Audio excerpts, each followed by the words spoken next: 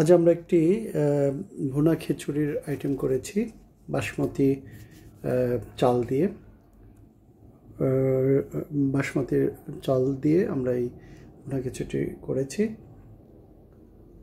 দুই আইটেমের ডাল দেওয়া হয়েছে এখানে, মুগের ডাল এবং মসুরির ডাল, এবং টমেটো, শসা, তারপরে লাউ, এরপর সব ধরনের মশলা আপনারা জানেন। তারপরে একটু বলে দিচ্ছি, লং, এলাচ, দারচিনি, মাংসের মধ্যে কথা, মাংসের যে মশলাগুলো সেগুলো দিবেন, এবং জিরার গুঁড়া, ধনিয়ার গুঁড়া, তারপরে একটু হলুদের গুঁড়া, একটু মরিচ দিতে চাইলে দিতে পারেন, আদার বাটা দিতে পারেন, তারপরে পেঁয়াজ আর রসুনের কুচি গুলো দিয়ে প্রথমে একটু ঘি বা বাটার অয়েল বা ডালনা দিয়ে আপনারা ভেজে নেবেন, বা সরিষার তেল বা যে কোনো তেল দিয়ে ভেজে নেবেন। এরপরে চালটা আর ডালটা সহ আবার ভেজে নেবেন সুন্দর করে। এরপরে গরম পানি পরিমাণ মতো দিবেন।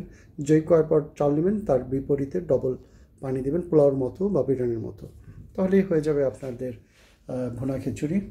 দেখুন, মাশাআল্লাহ, খুব সুন্দর কালার হয়েছে। এখনও ভাপরে হচ্ছে, ধোয়া উঠছে এখনও। আলহামদুলিল্লাহ, অনেক সুন্দর হয়েছে। দোয়া করবেন সবাই যেন ভালো ভালো রান্নার আইটেম আপনাদেরকে দেখা। সবাইকে অনেক শুভেচ্ছা।